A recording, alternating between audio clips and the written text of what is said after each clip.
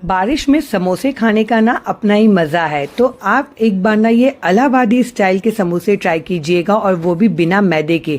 तो आटे में सूजी, थोड़ा सा अजवाइन, कलौंजी, नमक और घी डाल के ना इसे मिक्स करेंगे, और थोड़ा थोड़ा पानी डाल के ना इसका मीडियम सॉफ्ट डो तैयार करेंगे। फिर नमक में डालेंगे मेंशन किए हुए सारे मसाले।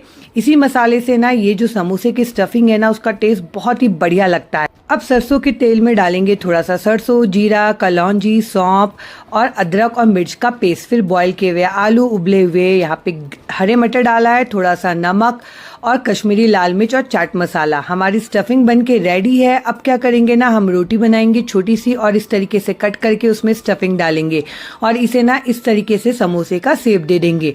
बहुत ही आसान है समोसा बनाना। इसे बहुत ज़्यादा मोटा या पतला मत बेलिएगा बस। अब धीमी धीमी आंच पे इसे अच्छे से सेकिएगा, क्रिस्प होते तक के, और गर्मा गर्म समोसा आपका बन